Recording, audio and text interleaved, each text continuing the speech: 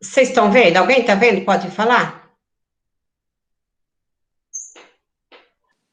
Dá para ver, Sora? Tá bom, obrigada. Então, vamos lá. Nada. A habilidade que nós vamos trabalhar hoje é analisar entre os textos literários e entre estes as outras manifestações artísticas, como cinema, teatro, música, artes visuais e midiáticas. Então, nós vamos partir para o teatro hoje, tá? E um conto também. Qual o objetivo da aula? É compreender os efeitos de sentidos provocados pelos recursos utilizados na composição de textos, do texto. Analisar a sequência de diálogos nos textos teatrais. Vocês assistem teatro? Já assistiram? Então é o seguinte.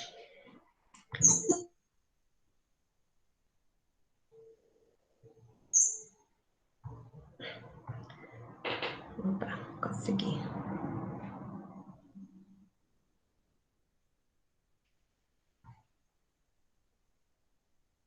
Tá vendo, Maria? Tá. Sim, Sora. Tá. Então vamos lá. O que vocês veem aqui? Vocês estão vendo o cartaz do filme Romeu e Julieta.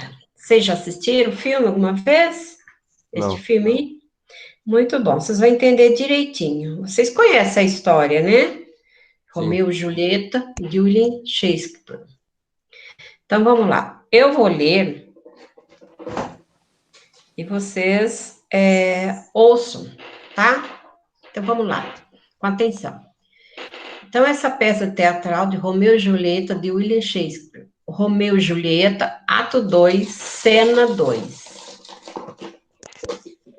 O mesmo jardim de Capuleto entra Romeu. Olha o jardim de Capuleto. O Romeu. Sorri das cicatrizes, quem ferida nunca sofreu no corpo.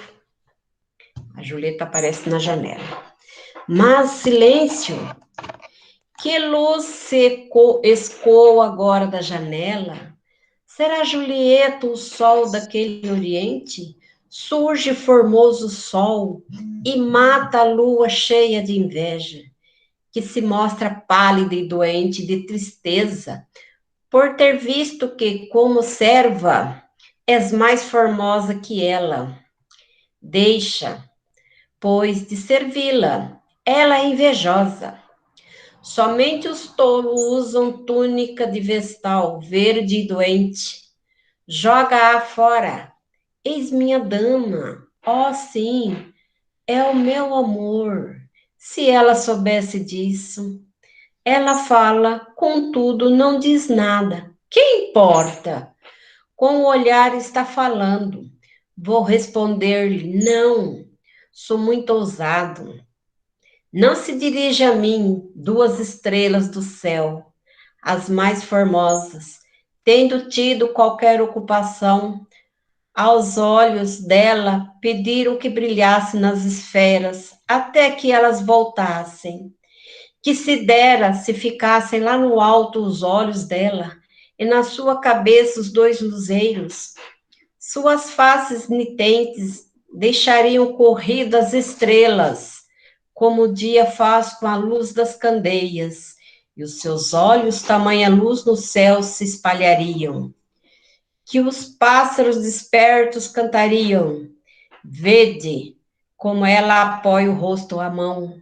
Ah, se eu fosse a luva dessa mão, para poder tocar naquela face. Ai de mim. Ó, falou? Fala de novo, anjo brilhante, porque és tão glorioso para esta noite, sobre a minha fonte, como o emissário alado das alturas, ser poderia para os olhos brancos e revirados dos mortais atônitos, que, para vê-lo, se reviram, quando montado passa nas ociosas nuvens e veleja no seio do ar sereno. Romeu, Romeu, Ah, porque és tu, Romeu. Renega o pai, despoja-te do nome. Ou então, se não quiseres, jura ao menos que amor tens, porque uma Capuleto deixarei de ser logo. Continuo ouvindo-a, mais um pouco, ou lhe respondo. Meu inimigo é apenas teu nome. Continuaria sendo o que és, se acaso os Montequios não fosse. O que é um Montequio? O Montecchio? Não será mão, nem pé, nem braço ou rosto, nem parte alguma que pertença ao corpo. Seu outro nome, que é um simples nome, o que chamamos rosa, sob outra designação, teria igual perfume. Assim, Romeu, se não tivesse o nome de Romeu, conservara tão preciosa perfeição, que é dele sem esse título. Romeu, risca teu nome em troca dele, o que não é parte alguma de ti mesmo. Fica comigo inteira. Sim, aceito tua palavra. Dá-me o nome apenas de amor, que ficarei rebatizado. De agora em diante, não serei Romeu. Suas faces nitentes deixariam corridas as estrelas, como o dia faz com a luz das candeias, e seus olhos tamanha luz no céu espalhariam, que os pássaros despertos cantariam. Vede como ele apoia o rosto à mão. Meu nome, cara santa, me é odioso, por ser teu inimigo. Se eu tivesse diante de mim, escrito o rasgaria. Minhas orelhas ainda não beberam, sem palavras sequer de tua boca, mas reconheço o tom. Não és Romeu dos Montecchios? Não, bela menina, nem um nem outro, sei que isso te desgosta. Dize-me como entraste e por que vieste. Muito alto é o muro do jardim, difícil de escalar, sendo ponto a própria morte. Se quem és atendermos, caso fosse encontrado por um dos meus parentes, do amor a leste as asas me fizeram transvoar o muro, pois barreira alguma conseguirá me deter do meu amor o curso. Tentando o amor tudo o que o amor realiza. Teus parentes, assim, não poderiam desviar-me do propósito. Então, pessoal, esta cena é quando Romeu chega à janela de Julieta, de duas famílias inimigas. Vocês conhecem essa história? Então, como são peças de teatro, só ia perguntar para vocês, uma linguagem formal, rebuscada, né? Cheio de figuras de linguagem também. Então, como nós já trabalhamos figuras de linguagem, vamos trabalhar aqui. As figuras sonoras, de palavras, de sintaxe e de pensamento atuam na criação de efeitos de sentido especiais no texto. Elas são recursos semióticos. Olha esse trecho aqui. Será Julieta o sol daquele oriente? Julieta é sol? Então, ela está comparada a sol, né? É uma metáfora. Então, Julieta é uma comparação implícita. Será Julieta o sol daquele oriente? Está em sentido metafórico. A outra frase. Não será mão, nem pé, nem braço ou rosto, nem parte alguma que pertença ao corpo. Isso aqui, ó, é uma gradação. Pé, braço, rosto. Mão, pé, braço e rosto.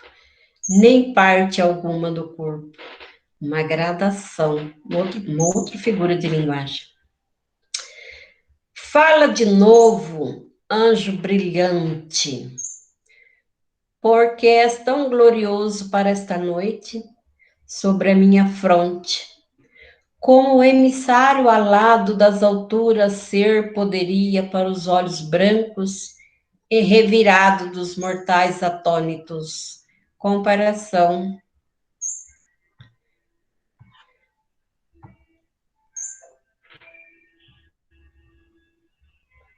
Uma comparação, tá vendo?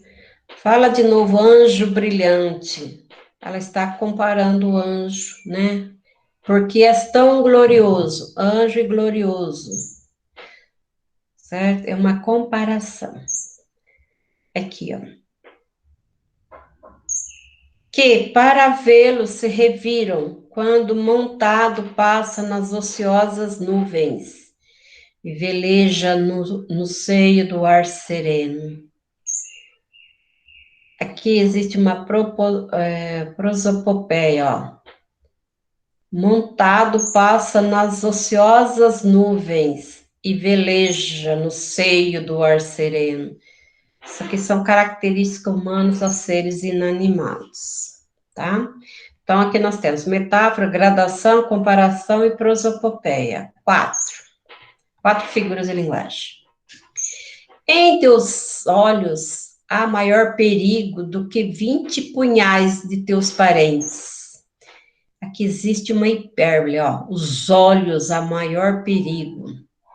Então, ó, a hipérbole foi utilizada para, que é no caso, expressar o exagero, pois os olhos não são perigosos, né? Olha, em teus olhos há maior perigo do que 20 punhais, né? Exagerou muito. Surge formoso sol, mata a lua cheia de inveja, que se mostra pálida e doente de tristeza. Ó, o formoso sol mata, certo? É uma hipérbole, tá? E lua cheia de inveja, no caso aqui, ela é uma prosopopeia, tá? Então vamos lá. Suas faces nitentes deixariam corridas as estrelas, como o dia faz com a luz das candeias, e seus olhos tamanha luz no céu espalhariam, porque os pássaros despertos cantariam. Ele está fazendo comparação das faces dela com as estrelas, né? E está todo em sentido metafórico, ok? Olha só para vocês verem como tem presença de figura de linguagem. Tá, pessoal? A linguagem desse texto é uma linguagem formal, tá? E rebuscada, inclusive. Isso foi escrito há muitos anos atrás, mas como ela foi feita para teatro, o diálogo, vocês têm que observar os diálogos, né? Quem fala nos textos, porque senão vocês confundem as falas e não percebem a entonação da voz, por exemplo, se é do homem, se é da mulher, tá? Então, isso aqui é uma peça teatral escrita por William Shakespeare. Vocês podem assistir vários filmes, né, com o tema deles do amor, o excesso do amor, amor exagerado, que acabou levando à morte. Bom, o que eu quero que vocês entendam aqui, que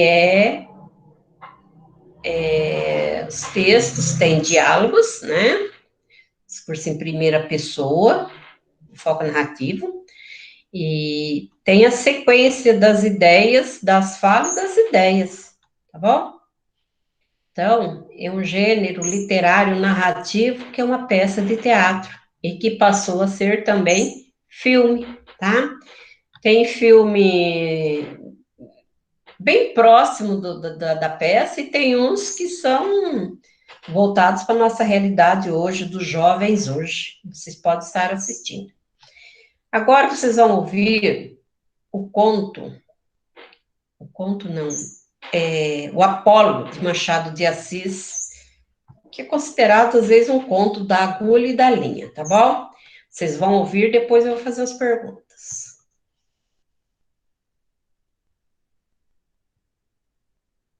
O conto da agulha e da linha, um apólogo de Machado de Assis.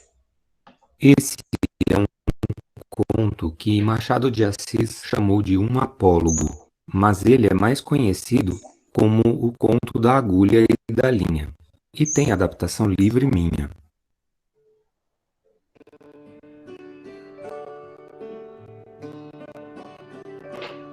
Era uma vez uma agulha que disse para um novelo de linha: "Por que você está com esse ar? Toda cheia de si, toda enrolada, para fingir que vale alguma coisa nesse mundo?" "Deixe-me, senhora." Que a deixe? Que a deixe por quê? Porque lhe digo que está com um ar insuportável? Repito que sim. E falarei sempre que me der na cabeça. Que cabeça, senhora? A senhora não é alfinete, é agulha. A agulha não tem cabeça. Que lhe importa meu ar? Cada qual tem o ar que Deus lhe deu. Importe-se com sua vida e deixe a dos outros. Mas você é orgulhosa. De certo que sou. Mas por quê? Porque eu costuro. Os vestidos e enfeites de nossa ama, quem é que costura, senão eu? Você? Essa agora é boa. Você ignora que quem costura sou eu? E muito eu? Você fura o pano, nada mais. Eu é que costuro. Prendo um pedaço ao outro, dou feição aos babados. Sim, mas que vale isso? Eu é que furo o pano, vou adiante, puxando você que vem atrás, obedecendo ao que eu faço e mando. Os batedores também vão à frente do imperador. Você é imperador? Não digo isso, mas a verdade é que você faz um papel subalterno. Indo adiante, vai só mostrando o caminho, vai fazendo um trabalho obscuro e ínfimo. Eu é que prendo, ligo e junto. Estavam nisso quando a costureira chegou na casa da baronesa. Não sei se eu disse que isso se passava na casa de uma baronesa, que tinha uma costureira andando atrás de si para não ter que ficar andando atrás dela. Chegou a costureira, pegou o pano, pegou a agulha, pegou a linha, enfiou a linha na agulha e começou a costurar. Uma e outra iam andando, orgulhosas, atravessando o pano adiante, que aliás era a melhor das sedas entre os dedos da costureira, ágeis como os velozes galgos de Diana. Digo isso só para fazer poesia. Enquanto isso, dizia a agulha: "Então, senhora linha, ainda teima no que dizia agora há pouco? Não repara que esta distinta costureira só se importa comigo? Eu é que vou aqui entre os dedos dela, unidinha a eles, furando embaixo e em cima." A linha não respondia nada. Ia andando. Buraco aberto pela agulha era logo enchido por ela. Silenciosa, altiva, como quem sabe o que faz e não está aí para ouvir bobagem dos outros. A agulha, vendo que ela não dava resposta, calou-se também e foi andando. Era tudo silêncio naquela salinha de costura. Não se ouvia mais do que pique, pique, pique da agulha no pano. O sol já ia se pondo e a costureira dobrou a costura para o dia seguinte. Voltou a trabalhar no dia seguinte e no outro, até que no quarto dia acabou sua obra e ficou sol esperando pelo baile. Veio o baile e a baronesa vestiu-se. A costureira, que ajudou a vestir, levava a agulha espetada em sua roupa para dar algum ponto necessário. E quando compunha o vestido da bela dama, puxava de um lado, do outro, arregaçava aqui, ali, alisava, abotoava, acolchetava a linha, só para provocar a agulha, perguntou: Ora agora, diga-me quem é que vai ao baile no corpo da baronesa, fazendo parte do vestido e da elegância? Quem é que vai dançar com os ministros e os diplomatas, enquanto você volta para a caixinha da costureira antes de ir para o balaio das mucamas? Vamos, diga lá. Parece que a agulha não disse nada, mas um alfinete de cabeça grande e experiência também grande falou baixinho para a pobre agulha: Anda, aprende, sua tola. Fica aí abrindo caminho para ela, que vai gozar a vida enquanto você volta para a caixinha de costura. Daqui para frente, faz como eu, que não abro caminho para ninguém. Onde me espetam, eu vou ficando. Esse é o fim do conto.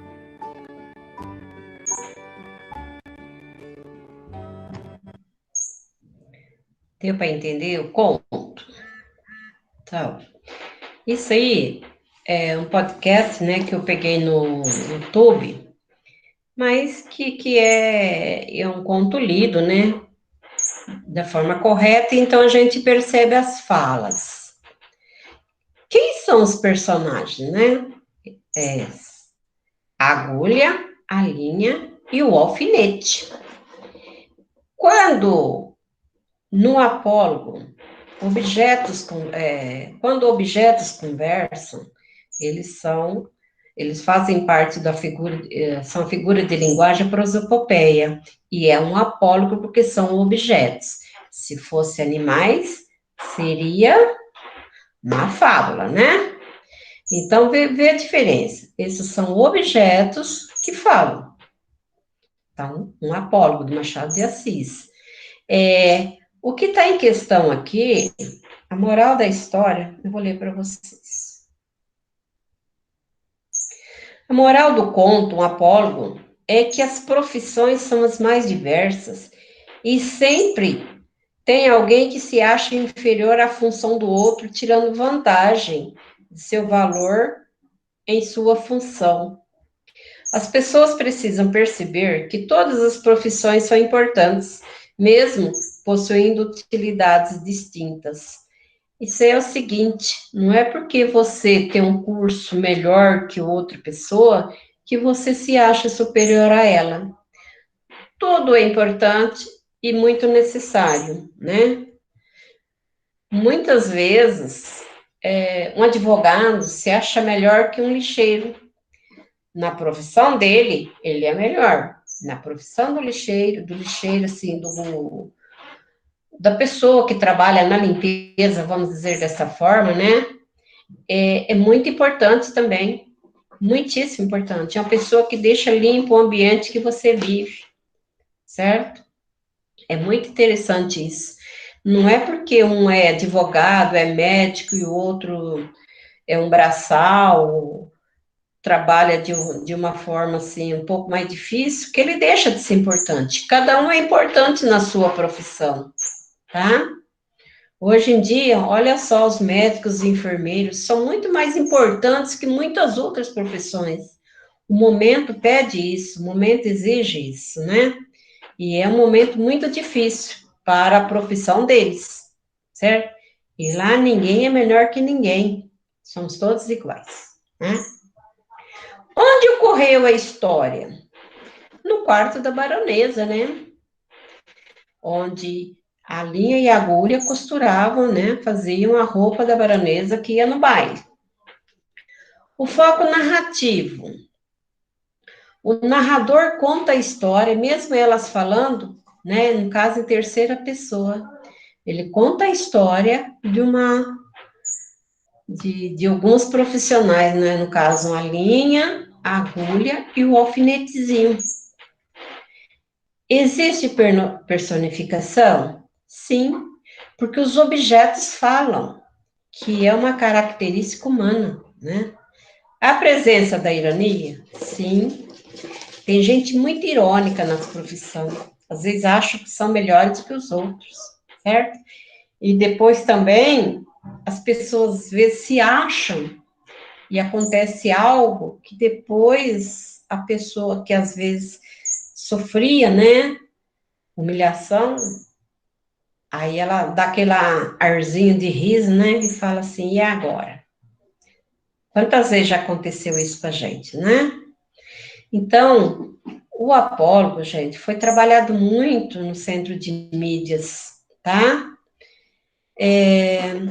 E aqui, ó, um podcast. Eu gostaria de um trabalho de vocês.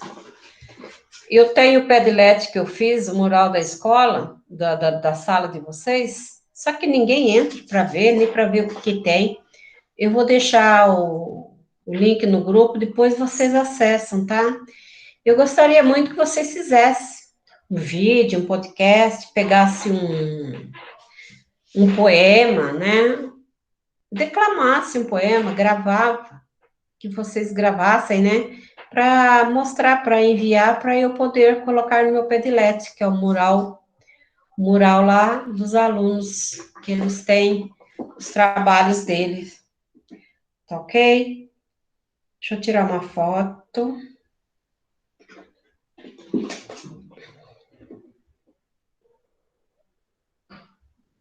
Da presença. E eu vou parar a gravação, tá bom? Pessoal, vamos deixar por encerrado nesse momento. Próxima aula eu explico mais. Vou deixar gravado lá e vocês podem estar assistindo, tá ok?